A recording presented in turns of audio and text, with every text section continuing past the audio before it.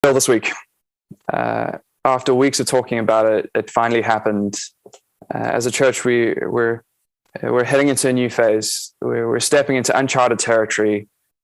We've never known a Southern Cross without Jason and Janine. And I'm not sure how you're feeling about it. On the one hand, it's exciting. There are a whole lot of new opportunities. We're heading into a season that's ripe with opportunities for growth, both as a church and as individuals, as we're pushed to step up to the plate. We're forced to try something new, perhaps to step into something that we've never done before. And there's something exciting about that. We're going forward the next little while in a season that's brand new, but it's also scary. It's a season that's full of uncertainty. While we're still waiting to hear who will take over, and then figuring out what that's going to look like. Perhaps we're going to have to step out of our comfort zones, and perhaps that's a scary thing. And to learn to do things that we didn't think we knew how to do. It's going to prod us to reflect and to work out how best we can step out and how best we can serve. And maybe you're feeling the weight of all that. We do know that change is a stressor, and we're heading into a big change. And maybe you're feeling anxious about what lies ahead, or worried that things might go pear-shaped. Whatever it is that you're feeling, especially as we head into this new phase, I thought it would be good to take some time to think about, what does the Bible have to say to us in a time like this? What does the Bible have to say to us now? So in just a minute, we're going to be reading together from the first few verses of the book of Joshua. Maybe you'd like to turn there in the meantime if you haven't already, but I thought it would be good before we do that to just sketch a little bit of the backstory. So let's rewind right to the beginning, back to the book of Genesis. In the beginning, God created everything good, but humanity sort of decided that we'd rather do things our way. By chapter 11, things had already gotten out of hand. God already had to turn it off and on again. And still the world is a mess because of sin, the height of which was the Tower of Babel. But God had a plan to fix it all. And that plan involved a single family, beginning with Abraham. So in Genesis 12, God promises Abraham that he will bless the socks off of him, that he will give him a family that will be a huge nation, a nation that can't be numbered, and that he will take him into an amazing land, which is the land of Canaan. So if we fast forward a little bit to the first few chapters of Exodus, by now Abraham's family is huge, but in slavery in Egypt. But God raises up Moses, who leads his people out of Egypt and is leading them into the land that God promised to Abraham, into the land of Canaan, or at least he was supposed to. The Israelites complained all the way, and they groaned all the way, and they resisted Moses, and they resisted God all the way, until the point where they're at the border of the promised land, and they're told to send in some spies to go actually take a look at what it is that they're going into. What does this land actually look like? What can they expect? And they chicken out, and they say, no, we're not doing it. We're not going in. We'd actually rather go back to Egypt. Like, we had it better back there. They downright refuse. And so God says, fine. If you don't want to go into the land, don't then. I'll give it to your children. As for you, you can wander around the desert for 40 years. Which brings us to our passage for this morning. Here they are, a new generation on the brink of the promised land once more. They've just been through the book of Deuteronomy, which is a series of sermons from Moses. Now, right at the border, saying, guys, please don't stuff this up again. Then he dies, and Joshua takes over as Israel's leader, the one he was appointed back in Numbers already to be the one who would take over after Moses, as the one who would actually lead them into the land that God promised. So let's read together from the first few verses of Joshua. Joshua chapter 1, verse 1. Hear the word of the Lord. Now, after the death of Moses, Yahweh's servant, Yahweh said to Joshua, son of Nun, who served Moses, Moses, my servant, has died. Now get up, cross over the Jordan, you and this people, into the land which I am giving to the Israelites. Everything the sole of your foot treads upon, I will give to you, just as I said to Moses. From the desert to Lebanon, from the great river Euphrates to the land of the Hittites, to the great sea where the sun sets, will be your territory. No one will withstand you all the days of your life. Just as I was with Moses, I'll be with you. I will neither leave you nor forsake you. Be strong and stand firm, for you will allot for this people the land which I have sworn to their fathers to give them. Only be strong and stand very firm to keep by doing the whole teaching Moses my servant commanded you. Don't turn away from it, neither to the right nor to the left, so that you will succeed wherever you go. You must not let the book of this law depart from your lips, but meditate on it day and night, so that you will keep it by doing everything that is written in it. For then you will prosper in your ways. Then you will succeed. Have I not commanded you? Be strong and stand firm. Don't be afraid and don't be shattered, for Yahweh your God is with you wherever you walk. This is the word of the Lord. Now we can break the passage up into two sections. We've got verses 1 to 4, which are a call to go. And then we've got verses 5 to 9, which are essentially a call to faithfulness. So that's how we're going to break it up. That's how we're going to look at the passage this morning. So let's begin with verses 1 to 4, a call to go. There's a sense in which the Bible story up to this point has been leading to this moment. This is the culmination. This is where things have been going. Here they are, about to go into the promised land, about to go into the land of Canaan. But that wasn't going to happen if they just stood there. They actually needed to do something. They actually needed to get up, cross the Jordan River, and take it. And to be sure, this was no small deal. In Numbers 13, like I mentioned earlier, they actually went to go look at the land, to go spy it out, to go see what was there.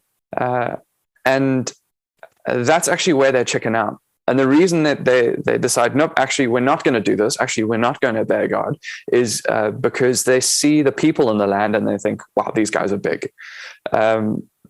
This is a land that's full of people who are big and scary, who aren't just going to let them take the land.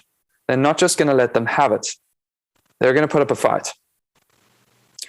If we put ourselves in the Israelites' shoes for just a minute, I think we can understand why they might be a little bit scared, why they might be hesitant. This is actually something that God speaks to directly in the second half of our passage, which we'll come to in just a minute. But even at this point, I think we're given a clue about where they might find their confidence. They're called to go in, to take the land, despite the fact that there are these people who are big and scary, and God gives them a reason why he should trust them as they do that. Look at verse 3. Everything the sole of your foot treads upon, I will give to you, just as I said to Moses. From the desert to Lebanon to the great river Euphrates, all the land of the Hittites, and the great sea where the sun sets will be your country. They can have confidence to get up and go because God promised them the land.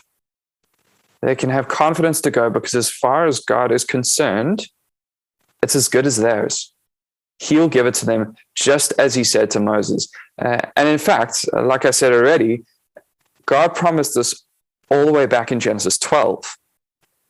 The only reason it hadn't happened yet was because the Israelites kept stuffing it up.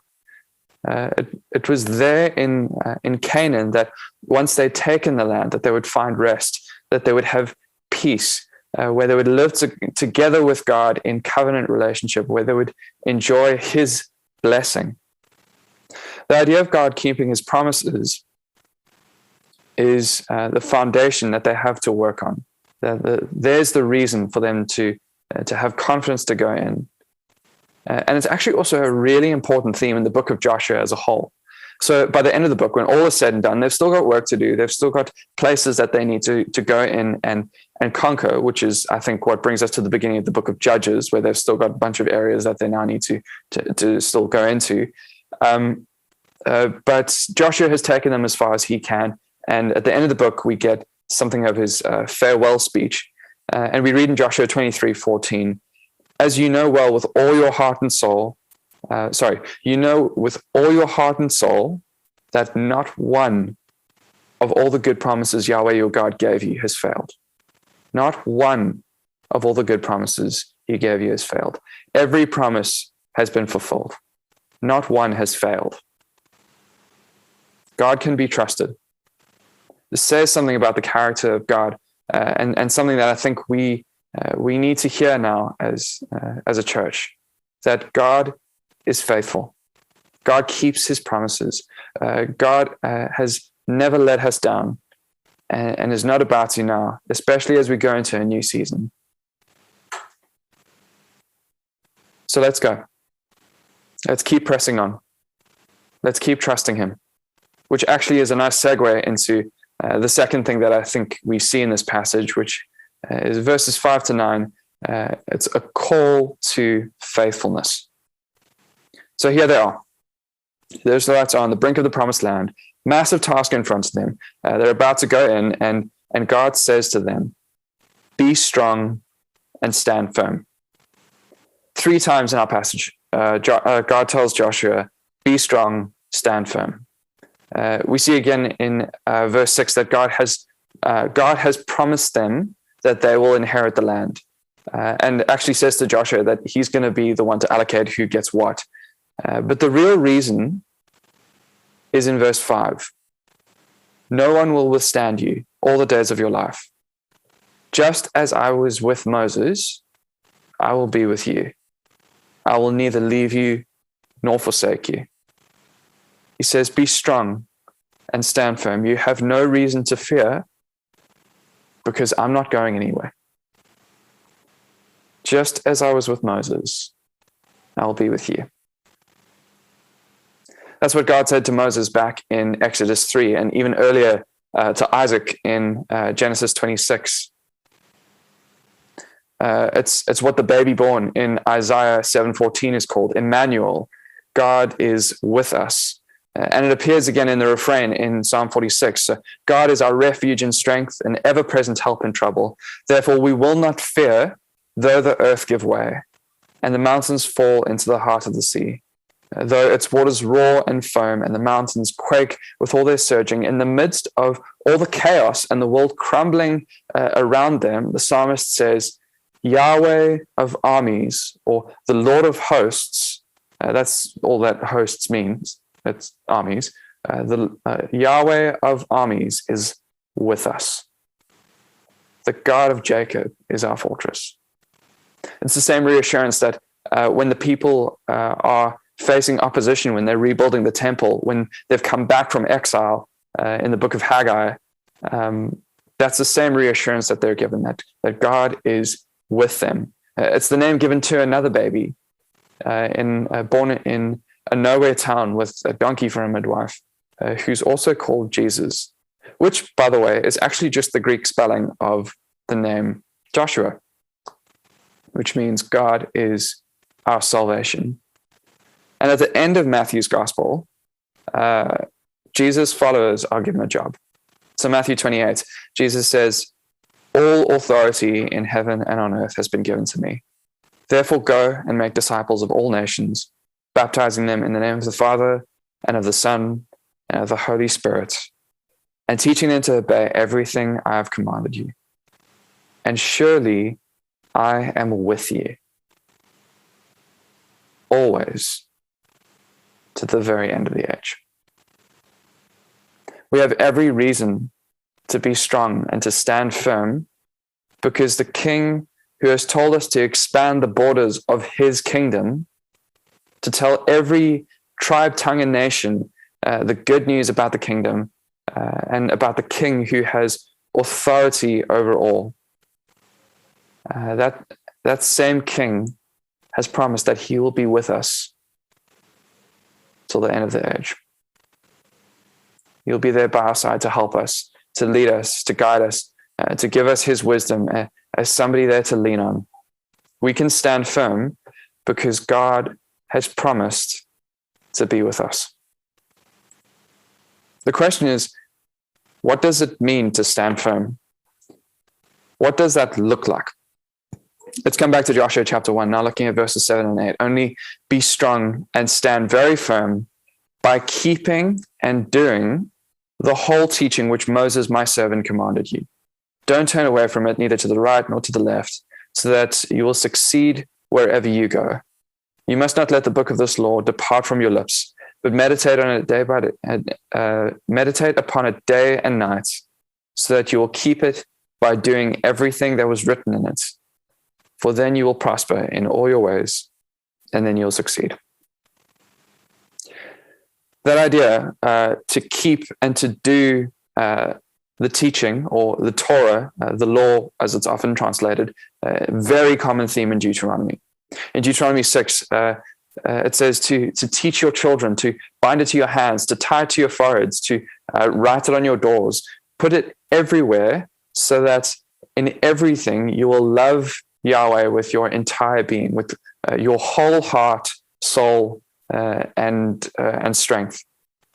The same idea is here in Joshua 1. You must not let the book of this law depart from your lips. Basically, don't stop talking about it. Keep it always in front of you, but meditate upon it day and night, so that you will keep it by doing everything that is written in it.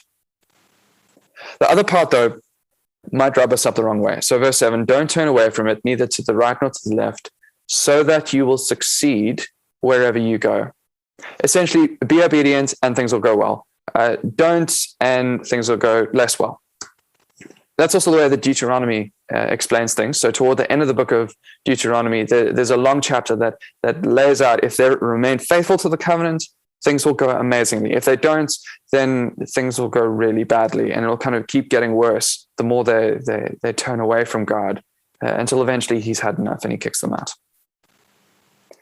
But while that might sound a little bit mechanistic on a first look, I think it's actually quite intuitive. A covenant essentially is a sort of relationship. And for a relationship to work, you can't just act any old how.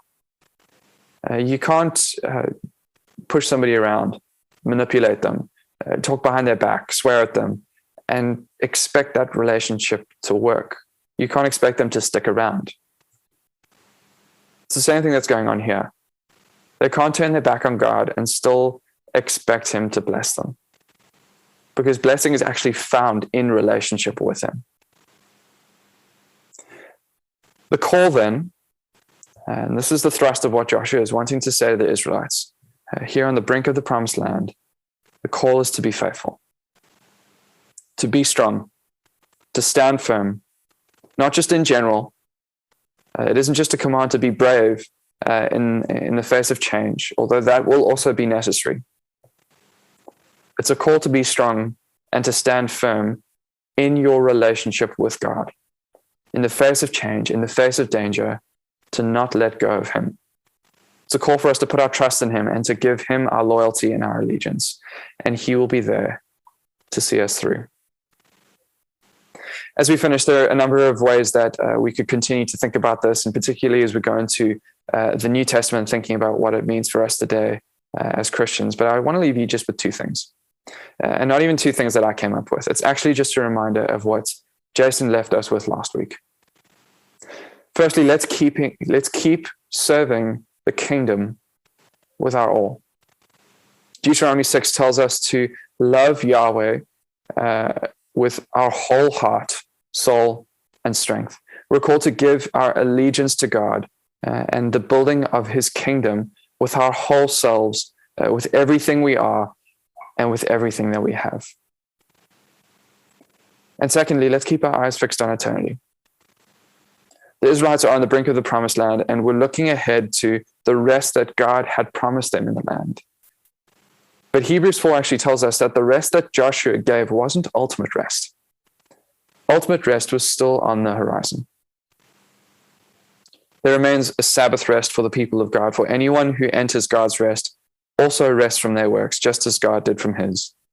Let us therefore make every effort to enter that rest, so that no one will perish by following their example. Talking about the example of the Israelites, and particularly in the wilderness, Numbers 13, where they refused to go into the promised land. So don't follow their example of disobedience. Instead, let's keep our eyes fixed on the rest to come, striving with our all not to let it slip away. As we head into uncharted territory, as we head into a new season as a church, in a season that is going to be full of challenges, full of excitement, but also full of difficulty, let's go into that courageously. As we press on as a church, let's be courageous and let's stand firm.